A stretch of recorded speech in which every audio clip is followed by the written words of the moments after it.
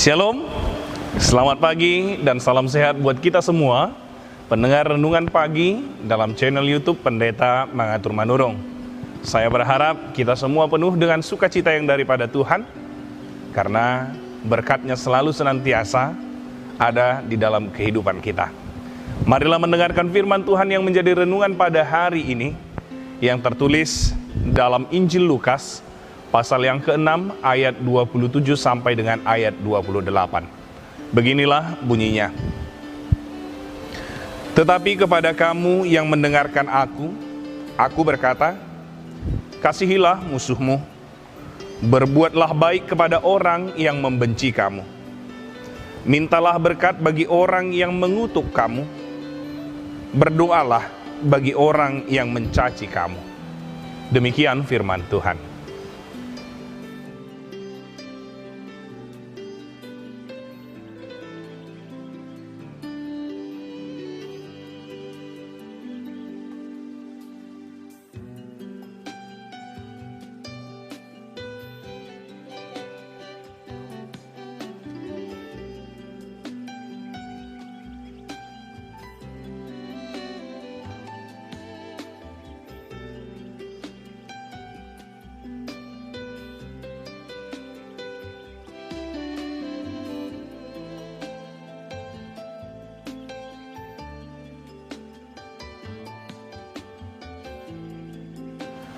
Bapak Ibu, saudara-saudari yang terkasih, sebulan setelah Presiden Amerika Serikat yang ke-16, Abraham Lincoln dilantik, perang saudara Amerika antara negara-negara Amerika bagian utara dan negara-negara bagian selatan pecah.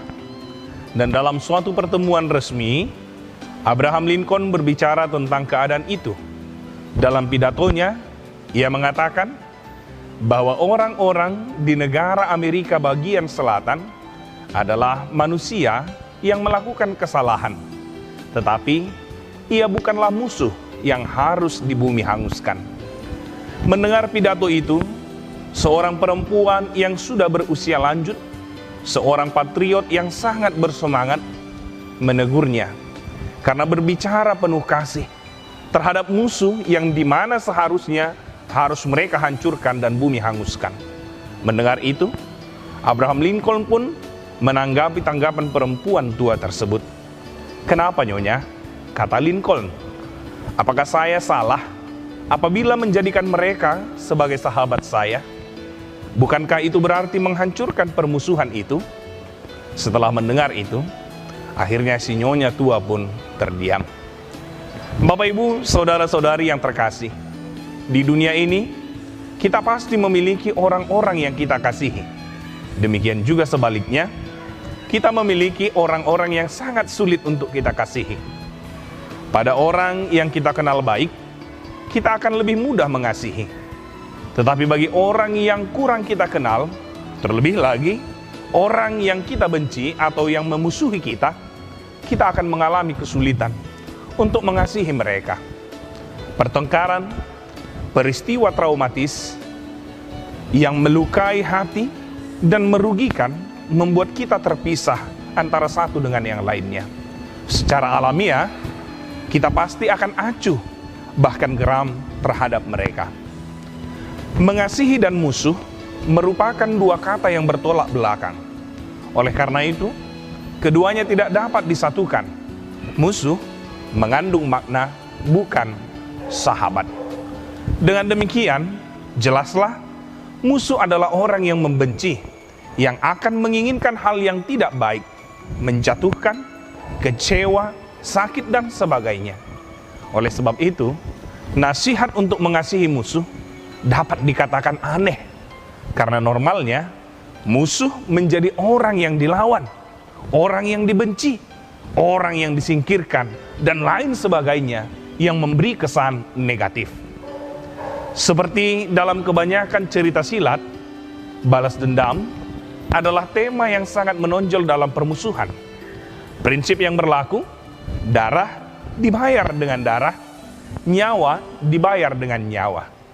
Bahkan, tidak jarang pula nafsu membalas dendam seolah-olah sudah menjadi tujuan hidup seseorang yang dihinggapi dengan permusuhan. Aku akan mati dengan tenang sesudah dendamku terbalaskan. Begitulah kira-kira petikan kalimat orang yang menaruh dendam di dalam permusuhan. Akan tetapi, dalam firman Tuhan pada saat ini, kita diajak untuk mengasihi musuh, berbuat baik kepadanya, meminta berkat darinya, bahkan mendoakannya. Hal ini lebih dari sebatas memaafkan, tetapi jauh lebih dalam lagi melakukan yang terbaik untuknya. Bagaimana mungkin kita bisa melakukan itu? Ada 3 hal yang perlu kita perhatikan. Pertama, menyadari bahwa tidak ada gunanya menyimpan rasa sakit hati. Malah, hal itu sangat merugikan kita. Jauh lebih berguna, minimal untuk diri kita sendiri, yakni mengampuni kesalahan orang lain dan tidak mengingat-ingatnya. Sebab tidak ada orang yang hidupnya bahagia selama dirinya didera rasa sakit hati. Dan tidak ada orang yang pikirannya tentram ayem jika ia dipenuhi dengan dendam. Maka, dengan memaafkan dan mengampuni orang yang membuat kita sakit hati, kita telah berbuat baik untuk diri sendiri. Sebab dengan begitu, kita akan terbebas dari segala perasaan negatif. Yang kedua, mari kita pahami bahwa kita tidak punya hak untuk menuntut balas, karena pembalasan itu adalah hak Tuhan. Panggilan kita adalah berbuat baik, terlebih kepada orang yang telah berbuat buruk dan melukai hati kita. Dan disinilah harusnya letak keunggulan kita sebagai orang yang percaya atau orang yang mendengarkan Tuhan. Seperti apa yang dituliskan oleh Alfred Plummer, yaitu membalas kebaikan dengan kejahatan adalah tabiat iblis. Membalas kebaikan dengan kebaikan adalah tabiat manusiawi. Membalas kejahatan dengan kebaikan itu adalah tabiat ilahi. Oleh karenanya, jika ada orang yang perbuatannya menyakiti hati kita, biarlah ia berurusan dengan Tuhan. Karena Tuhan pasti punya cara yang terbaik untuk menegurnya. Tugas kita hanya melakukan kebaikan kepadanya. Yang ketiga, yang kita lakukan, ingatlah, kita juga pernah melakukan kesalahan. Bahkan, kita pernah melukai perasaan orang lain. Oleh karenanya, setiap orang membutuhkan pengampunan, bukan pembalasan. Karena dengan demikianlah permusuhan akan dihancurkan, bahkan diubah menjadi persahabatan yang penuh dengan kasih. Lihatlah apa yang dilakukan oleh Yesus terhadap kita ketika kita selalu berbuat salah dan selalu menyakiti hatinya. Seperti apa yang tertulis dalam Lukas pasal yang ke-23 ayat yang ke-34, Yesus berkata, "Ya Bapa, ampunilah mereka, sebab mereka tidak tahu apa yang mereka perbuat." Bukankah luar biasa?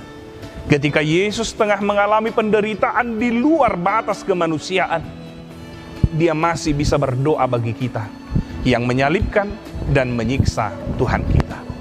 Oleh karenanya, jika mengasihi musuh dan berdoa bagi mereka masih terasa sulit bagi kita, berikanlah kita, biarkanlah kita dituntun oleh Roh Kudus untuk hal itu. Jangan keraskan hati, berdoalah dan minta agar Roh Kudus menerangi diri kita. Terang cahaya dari Roh Kudus akan menembus kegelapan yang paling dalam, sekalipun itu di dalam lubuk hati kita. Dan itu akan membuat kita sanggup untuk memaafkan musuh kita, mengasihi musuh kita. Sulit memang, tapi kita harus sanggup mencapai tingkat tersebut. Selamat mengasihi dan tetap melakukan yang terbaik kepada yang lainnya, sekalipun ia berbuat buruk dan melukai hati kita. Tuhan Yesus memberkati. Dan sebelum kita berdoa, Bapak, Ibu, Saudara-saudari yang terkasih, saya ingin berterima kasih kepada seluruh pendengar renungan pagi ini yang turut berdoa kepada kami di Kalimantan Selatan, secara khusus di Banjarmasin ini sekitarnya, yang menghadapi banjir sampai saat ini. Semoga Tuhan memberkati kita semua dalam kesehatan, sukacita, umur yang panjang, bahkan rezeki. Tuhan memberkati. Amin. Kita berdoa. Terima kasih Tuhan buat firman-Mu yang mengingatkan kami bahwa kami harus mengasihi musuh kami. Bahkan kami harus melakukan yang terbaik kepada musuh kami, sekalipun ia telah melukai hati dan perasaan kami.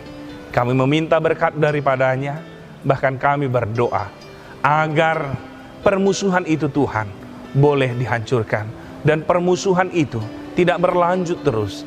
Permusuhan itu diubahkan menjadi persahabatan yang penuh dengan kasih. Bapa, kami sering merasa tidak mampu untuk melakukan itu, tapi kami kini datang kepadamu, memohon kepadamu agar Roh Kudus-Mu memampukan kami untuk melakukan itu. Sering sekali kami dihinggapi oleh rasa dendam, oleh rasa sakit hati, sehingga kami ingin untuk membalaskannya. Kami sama seperti manusia yang lainnya, kami seperti orang yang tidak percaya. Tapi Tuhan mengingatkan kami lewat firman-Mu, kuatkan kami Bapa, agar mampu menjadi seperti apa yang Engkau inginkan. Kami tetap boleh melakukan yang terbaik dalam kehidupan kami. Terima kasih Tuhan untuk firman-Mu. Dan sepanjang hari ini Tuhan, ketika kami boleh menjalani aktivitas kami mau menyerahkan hidup kami ke dalam tangan pengasihan Tuhan. Tuhan yang selalu beserta dengan kami, memampukan kami melewati hari ini. Biarlah Tuhan Roh-Mu yang kudus selalu ada bersama dengan kami, sehingga kami tahu mana yang terbaik yang harus kami lakukan. Terlebih Tuhan, untuk setiap musibah yang terjadi di negara kami, begitu banyak kejadian alam yang membuat kami takut dan khawatir, secara khusus yang ada di tempat kami Kalimantan Selatan dan Banjarmasin, yang saat ini masih menghadapi banjir. Kiranya Tuhan yang menyertai, kiranya Tuhan yang menjaga, memberikan kesabaran, bahkan memberikan kekuatan dan juga kesehatan kepada semua yang terkena dan terdampak banjir tersebut. Kami serahkan hidup kami hanya dalam tangan pengasihan Tuhan. Kehendak Tuhan yang jadi atas kami. Ampuni kami di dalam dosa dan kesalahan kami. Dalam Kristus Yesus kami berdoa dan mengucap syukur. Amin.